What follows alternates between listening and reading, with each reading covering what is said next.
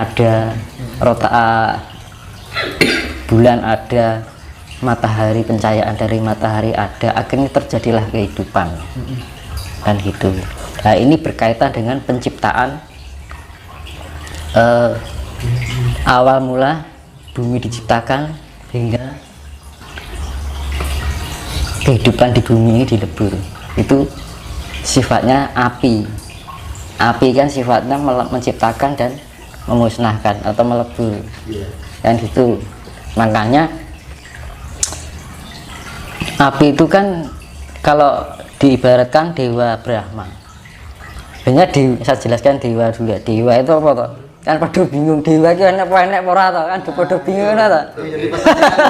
Sampai saat ini kan jadi mitos kan itu. Mitos, kenapa dinamakan mitos? Karena sesuatu yang belum ditemukan secara rasional kan. Nah, dewa itu adalah manifestasi dari sifat alam. Misalkan bulan itu bisa termanifestasi dalam bentuk sosok, yaitu ya wujud, yaitu yang disebut dewa. Makanya disebut karena bulan itu sifatnya wanita Dewi Condro.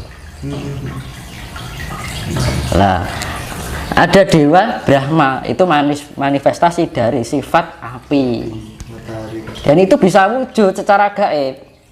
Yus kaya wong kan gitu.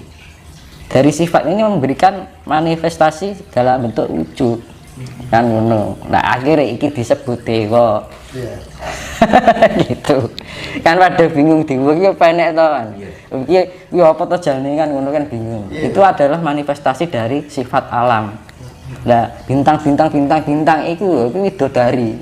Beneran wong widodari ning langit ning kayangan ana widodari. Iki ya asine bintang-bintang itu. Lintang atau Kartika. Mula jenenge wong jenenge Kartika mesti wedok to. Nggih.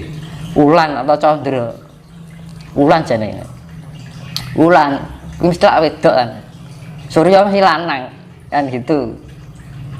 Mas, berarti sejatinya kayak seperti bidadari itu manifestasi dari alam juga, tapi bisa terbentuk dalam wujud. Sifat alam itu terbentuk dalam termanifestasi dalam bentuk wujud kan gitu. Akhirnya orang menggambarkan seakan-akan seperti manusia. Nah, karena apa? Itu kepekatan sifat itu terbentuklah seperti sosok yang disebut dewa. Jadi karakternya itu sesuai dengan sifat-sifat alam yang dimiliki oleh dewa tersebut kan ngono. Ya, dewa Brahma itu kan dewa api. Nah, maunya bumi kira mau koyo lahar tok, buni tok kan itu permukaannya. Nah, akhirnya datanglah embun. Embun ini mudun. Embun ini gambarannya Wisnu. Yang langit lah kebak embun teman. Iya. Wisnu ini kenapa dilambangkan biru? Kenapa kira-kira? Ini langit, gambarannya langit. Iya toh. Langit itu kan iso dadi kita buri kan mergo nek kumpulan dari embun-embun itu. Lah api yang bulat-bulat itu dengan turunnya embun, sisi kan adem loh. Akhirnya jadi lemah. Terus akhirnya terkumpul terus nanti berjuta-juta tahun. Soalnya 1 tahun zaman dahulu itu sama juga 1000 tahunnya sekarang kan ngono loh. Kumpul dari banyu dari segoro kan ngono.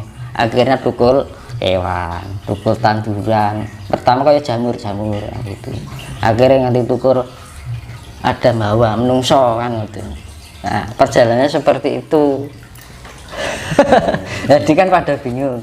Dan suatu ketika di akhir zaman nanti itu yang meleburkan adalah api juga. Kan sifatnya Siwa yang meleburkan. Kan dewa Siwa itu kan dewa pelebur. Mula di pewayangan itu diceritakan senjatane Batara Guru ya Siwa itu kan. Senjatane guntur angin, guntur geni. Badai. Guntur lah badai kan. Guntur angin, guntur geni. Lah kiamat terakhir nanti terjadinya karena badai matahari, Mas. Api yang terbawa oleh angin seperti badai, zuriat entek, Mas. Itu kiamat terakhir akan terjadi seperti itu.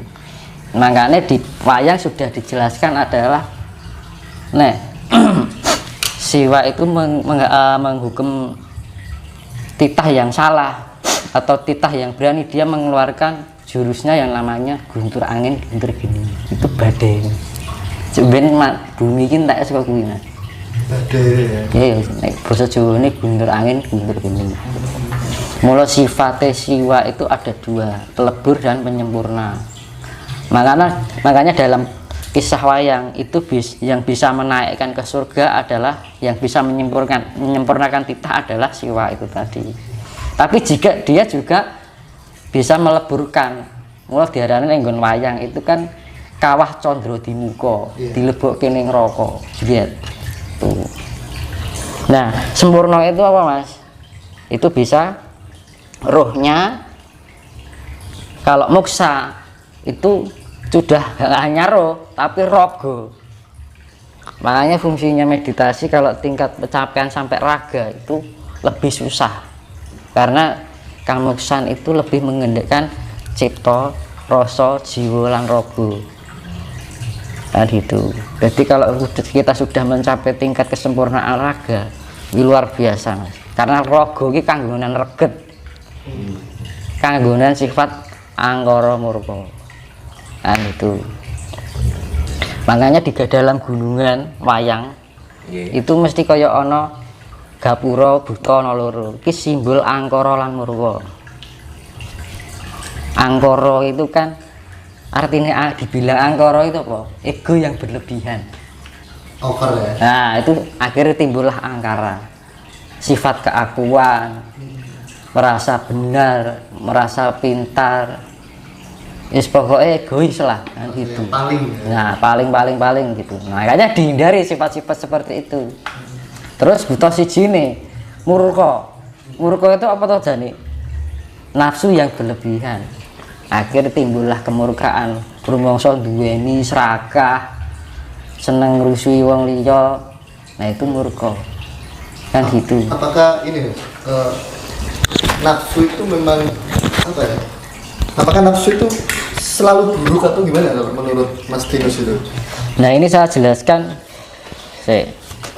Kalau kita bicara soal nafsu loh ya. Itu berkaitannya dengan sedulur papat kalimo pancer kan. Jadi di dalam wayang itu diceritakan Puntadewa itu pancere. Kalau di gunungan itu merpati putih. Iya kan. Nah, ning gunungan kan ada 5 hewan, ular, macan, monyet, sama banteng. Itu 4 sifat buruk yang ada dalam raga kita. Lah sifatnya saka gawan saka darah iki lho Mas. Banyu abang iki lho, kuwi nggawa sifat 4 karakter dunia, keduniawian kan ngono lho. Sifat atau nafsu? Sifat. Itu nafsu. Ya sifat gambaran sifat alamiah yang ada dalam raga. Makanya anak raga iki kudu disempurnake, sing iso nyempurnake apa sukma. Murah pengen iso dadi nemoni sukma kudu goleki guru sejati apa jati dirinya. Nek ora iso ketemu jati dirinya dhewe, kita nggak akan bisa menemukan namanya sejatinya hidup. Itu dari penjabaran dari nafsu tadi ya. Nah, nafsu makanya kan dibilang pancer ini tengah loh. Orang yang pinggir, orang yang ngarep, orang yang buri, orang yang isor, orang yang dhuwur, yang tengah. Berarti sifatnya penyeimbang. Kabeh nek kekakean ora apik, nek kekurangan ya ora apik. Ya. Ego, kita kalau kelebihan dadine angkara, egois. Eneke wah ora apik lah ngene. Nek kekurangan ego, eneke wonge lemah, eneke mung tidak. Jadi diambil sisi tengahnya adalah kebijaksanaan.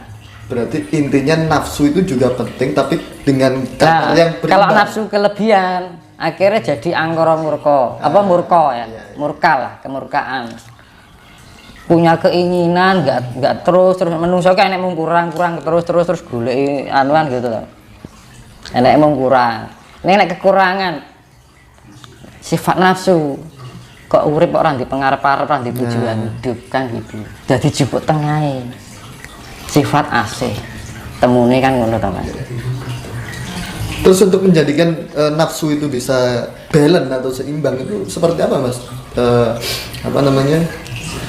Lah itu kan makanya kan fungsinya spiritual kan ning ngono to Mas. Iya. Kita mencari rileks, Relax ya.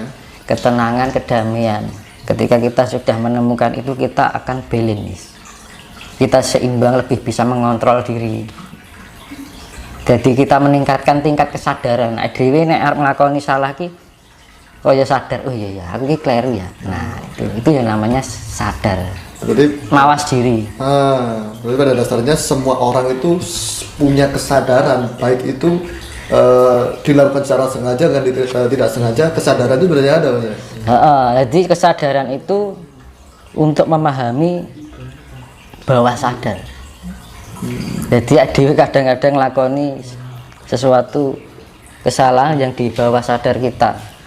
Adewe ra krasa nek ade nglakoni salah lagi lho. Nah, untuk tujuan spiritual kita biar bisa memahami itu dari ketidaktahuan itu menjadi tahu. Karena makanya kan wong Jawa itu kan ngajarke kita belajar dari ketidaktahuan. Akhirnya jadi ngerti. Ya. Nah, itu yang namanya kesadaran.